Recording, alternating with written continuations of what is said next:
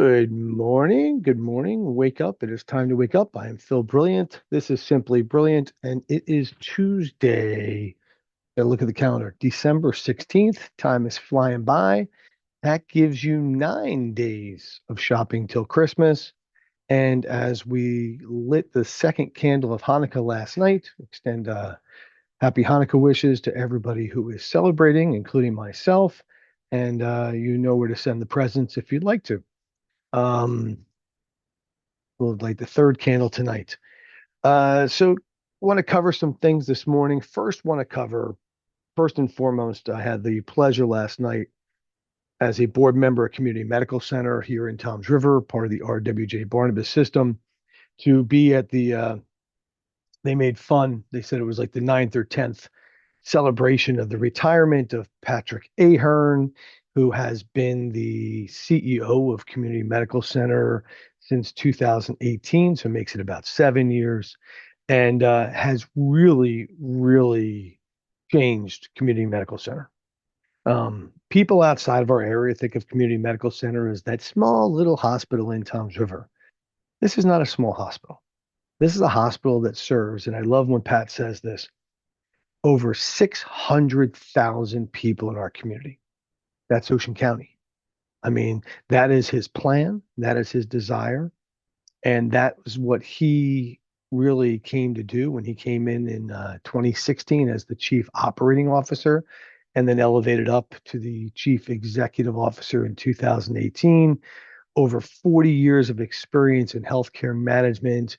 He was at St. Barnabas Medical Center, which I believe now is Cooperman in Livingston, and really is just a nice guy who is a manager, but manages people with care. And his number one thing is patience, patience, patience. And it shows. I mean, Community Medical Center, uh, basically a leapfrog group, and this is a scoring for safety, is an A. They have improved upon their stroke response. We have become a teaching hospital, and I believe we'll be upwards in the neighborhood of close to 200 students by summer of 2026. Robotic surgery, top-notch cancer care in the J. Phillips Citta Regional Cancer Center, neurological care in the J. and Linda Grunin Center, uh, you know, a nursing school, and a leader when people need them most. And COVID response was when people needed the most. And because of his experience in business management, hospital management, they were prepared and overnight transitioned the hospital into what was needed.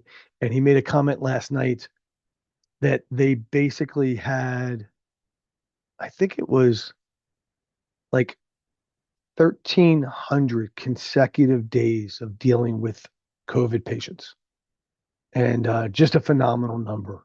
And with the ongoing reconstruction, the parking lot's done. They are finishing up the substation energy center, which will make Community Medical Center self-sufficient. We'll never have to deal with blackouts, which is always a good thing when you're dealing with hospitals.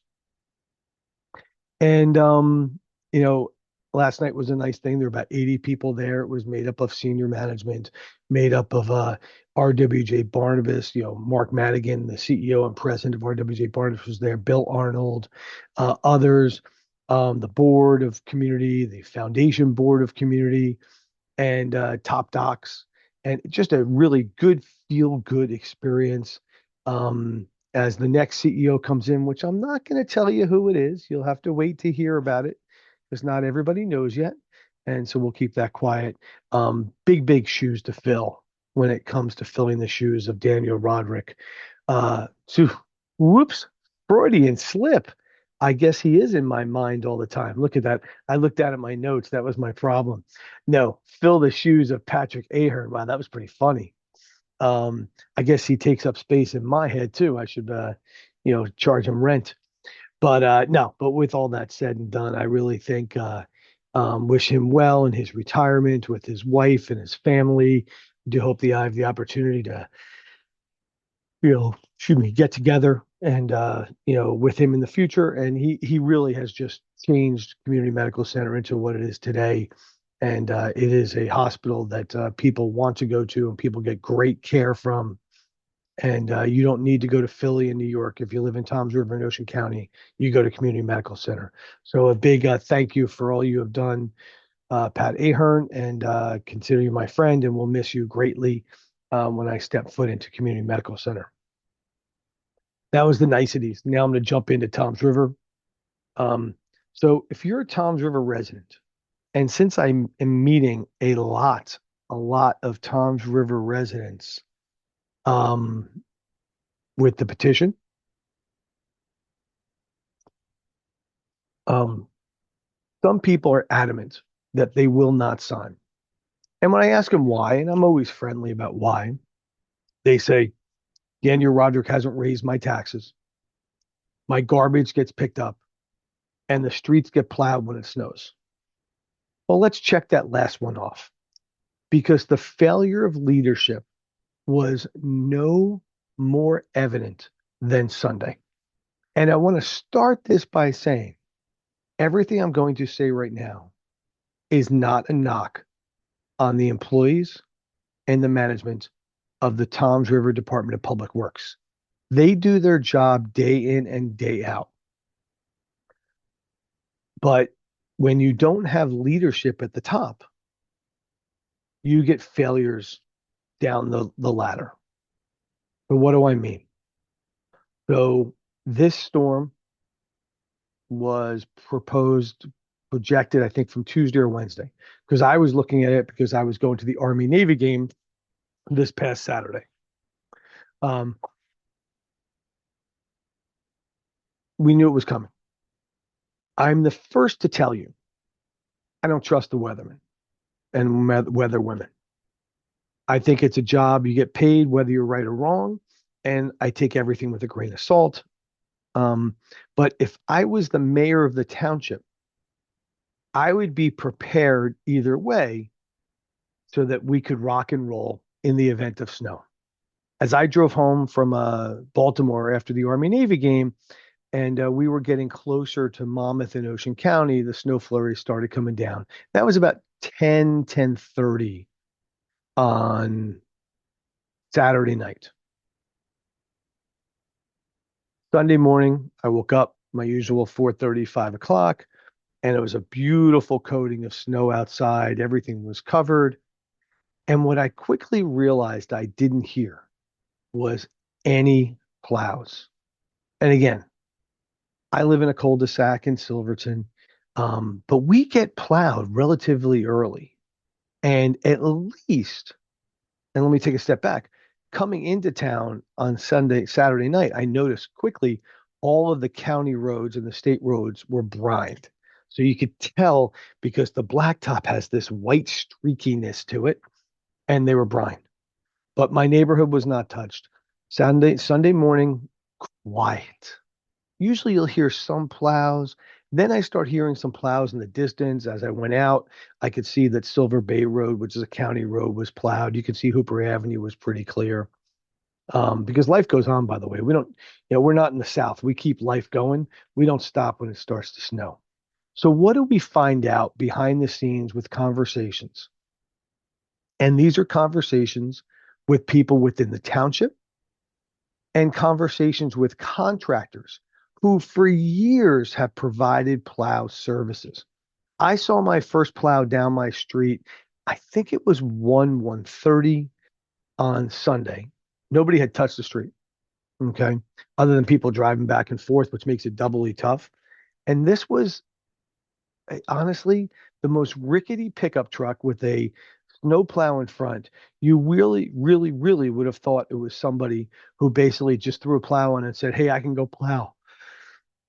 So I started asking a lot of questions, started seeing what was going on, and we started seeing all throughout the town that roads were not plowed, roads were not cleared.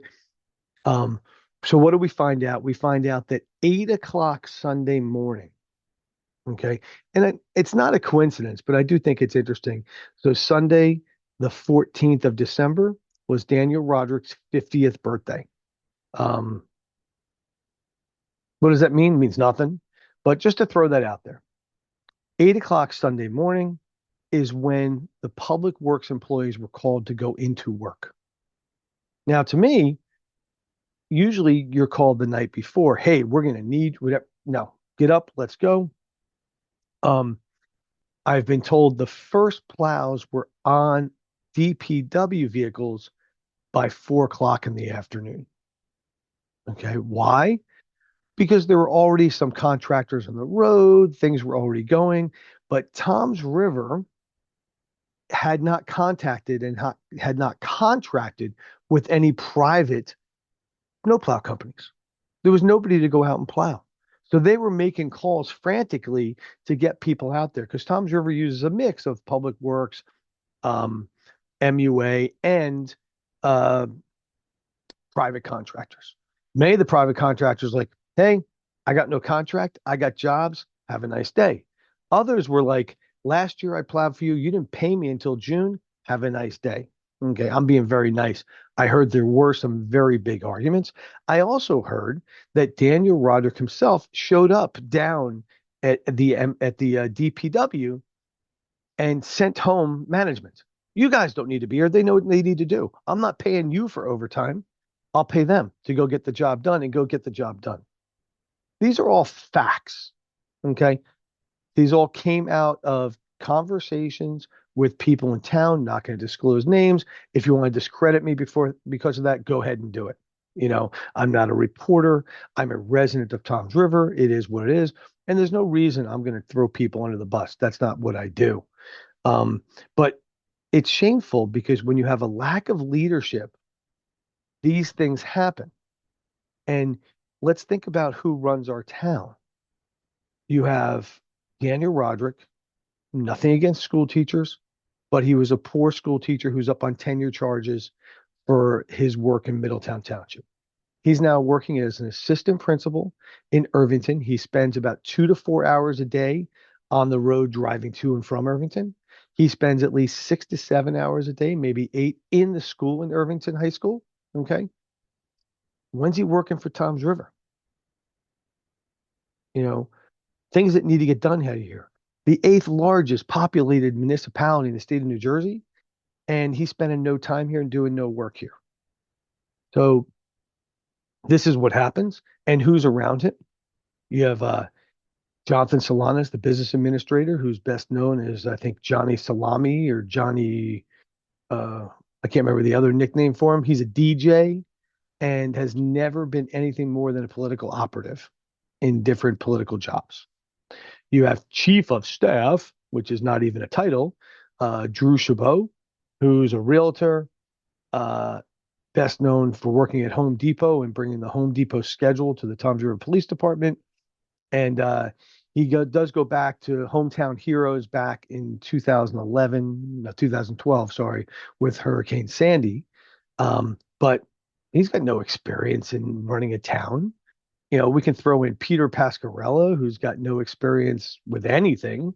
He's an attorney here in town, but I hear a not very good one.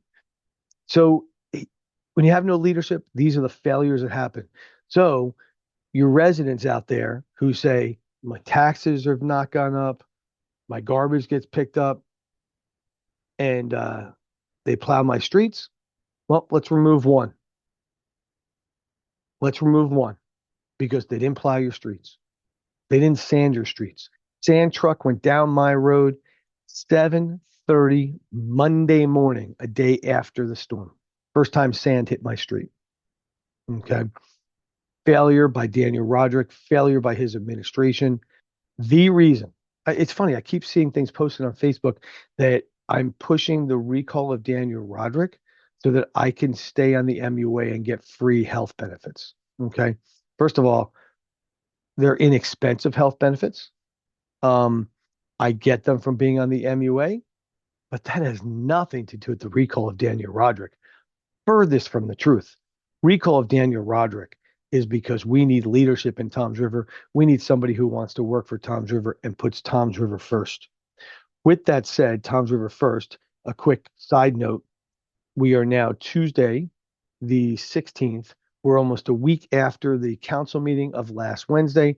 The video from that council meeting is still not published in the Toms River Township website. I'm quite certain we will never see that video. Why? Because it says that Daniel Rodrick is going to build apartments in Toms River, and he has always run the fact that he will not build. The numbers you've seen on Shore News Network and all the fabrications of numbers are not true. The numbers that are true are in the agreement. Go look at the agreement. Do not believe what you see there. And speaking about believing what you see there. So yesterday, a story hit the news. And when I say the news, it was published by the Asbury Park Press and then Shore News Network, Daniel Roderick's mouthpiece, blew it all over the place. And about the interference of Daniel Rodrick in the Toms River School Board and Toms River school system. This is not new, okay? I have in front of me here, this is a 2021 April in New Jersey, Insider, New Jersey. School board member exposes interference by Toms River councilman, okay? Alarming allegations were voiced during a meeting of the Toms River Regional's Board of Education on Wednesday. Board member Kathy Egan said she was pressured by Toms River councilmen on a phone call to encourage a board member to change their vote in the selection of the new superintendent, citing that, quote, it would be to that person's benefit. Okay. Who is that person who made that call? None other than then Councilman Daniel Rodrick and current mayor of Toms River, Daniel Rodrick. Okay. At that time, Republican candidate in Ward 2 against Daniel Rodrick said he was concerned by the revelation, saying, I was alarmed by these allegations. If any member of the Toms River Council is trying to intimidate school board members, it is extremely unethical and must be addressed immediately. Okay. Councilman Matt Latano at the time concerned it's highly inappropriate for a councilman to attempt to coerce a committee member to change their vote. After the challenging past year, we should be solely focused on our students' education, safety, and not the personal interests of a rogue politician. Okay. When has Daniel Rodrick ever cared about the people of Toms River? He definitely doesn't care about the students' education. Not for nothing. Right now, his daughter is not even in the Toms River Public Schools. And, this is who he is because he has no ethics. He's going to go after people and he's going to try to do what he can do.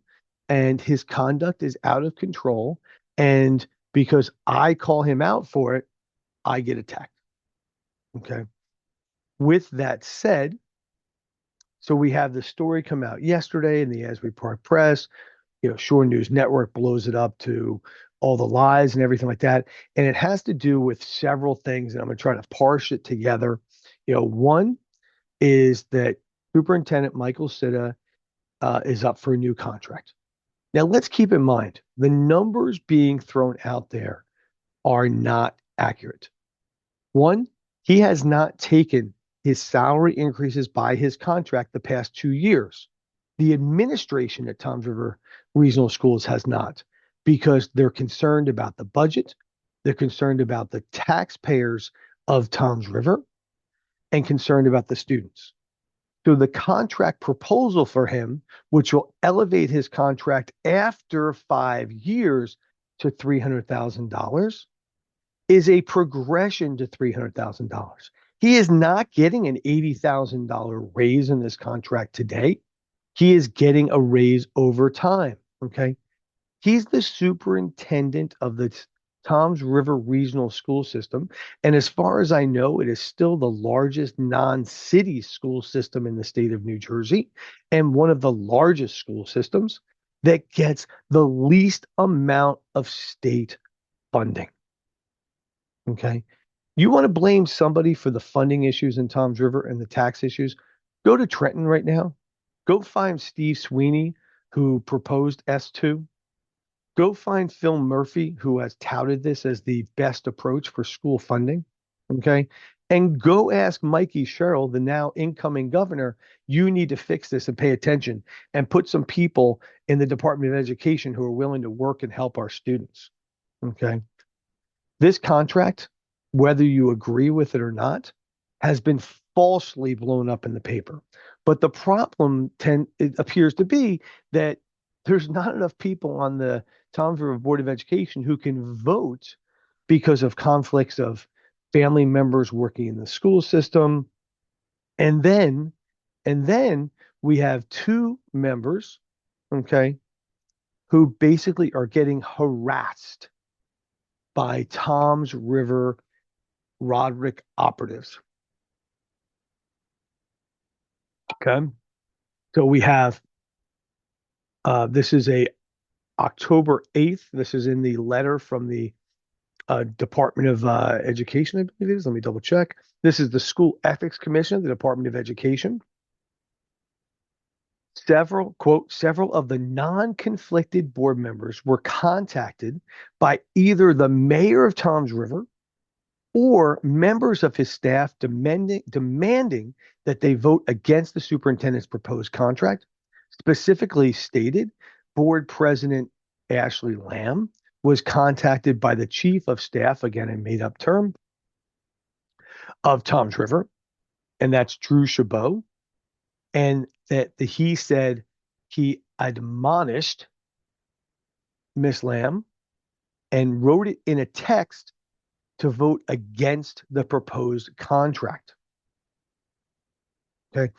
I don't care if they want to say that Rodrick and Chabot are residents of Toms River, are taxpayers of Toms River. You are public officials, whether elected or not, and you need to stay out of the school system. That's interference. And the second thing is that board member Lisa Contessa was contacted separately by the mayor via text stating that he considers the district and superintendent to be a complete embarrassment. And you further provide the mayor has been and continues to be critical of the superintendent of the district. Those are quotes, by the way.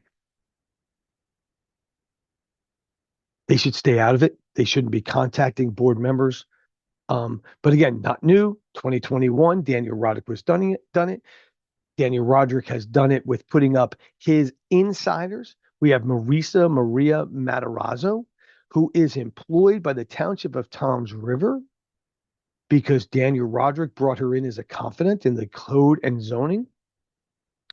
Her husband got a nice job at the Toms River MUA because Daniel Rodrick said hire him. And then we have Paulo Pascarella. Okay, by the way, Matarazzo has no kids in the school system right now. Paulo Pascarella, who is the wife of Kim Pascarella, who is the prosecutor in Toms River, he got a seat on the Toms River MUA as a commissioner, which comes with benefits. His are over $40,000 a year. And Kim's son, Paulo's stepson, is Peter Pascarella, who's the township attorney. And their kids don't go to the Toms River school system either. They go to private school. Are you seeing the trend here? These are people who are all Daniel Rodrick insiders that are trying to take over and influence the Toms River school system. Hence, this past year, Rodrick put George Loebman forward as his as his Board of Ed candidate. But the North Dover Ward 3 community screwed him and didn't come out and support him. And he is pissed as hell about that. And I've actually heard the other day, George Loebman's gone. He's on his way to Barnegat, New Jersey. We won't have to deal with him anymore. But that's one puppet that Rodrick will no longer be able to play with. This escalates, to my shock and chagrin, to a police report and a narrative, which to me is still unbelievable, but that Maria Matarazzo is on the property of Michael Citta sometime after hours on November 3rd, peeping in his windows. This is a 67-year-old woman who is peeping in the windows, and it is in a police report. She and this is my favorite, okay? And there's a recording that Superintendent Citta has that basically says, I don't know. When questioned, I don't even know. I don't even know if I was out on Monday. She also states, you can report it. And if it's me, I don't remember. I swear to God. Okay. I don't drink that much. And even if I did, I'm 9 years younger. I remember where I was on Monday night. Would remember if I'm snooping around somebody's house and peeping in windows. What she doesn't say is that wasn't me. I wasn't there. Doesn't say that. Okay. She says, I don't remember where I was. Okay. And then when called by the police, she acknowledges that if you'd like to come arrest me, you know, for defiant trespassing. No, sorry, take that back. The police tell her if she returns, she'll be arrested for defying trespassing if she returns. And she attempted to elaborate on the phone. Um, and basically the officer said, I'm not accusing you. I'm just telling you what the accusations are. Um, this is craziness. This is the chaos Daniel Rodrick causes. All will come out sometime in some way, some shape or form. But Tom's River, we need to stop this. We are better than this. And everything points to one person, and that's Dan Rodrick. He is chaos. He's disruption, and he is not good for Tom's River. The days of saying, oh my God, it's okay. My taxes are lower than anyone else in New Jersey. My garbage got picked up this morning, and my snow was plowed when it snowed. No, we want to live in a place where we want to raise our families, and we want it to be a respectable place. And Daniel Roderick eliminates that respect. Think about it. I'm Phil Brilliant. It's simply brilliant. Today is December 16th, and I will talk to you on Thursday. And I believe I'm going to have a special guest, but you're going to have to join me to find out who it is. Take care. Have a great day.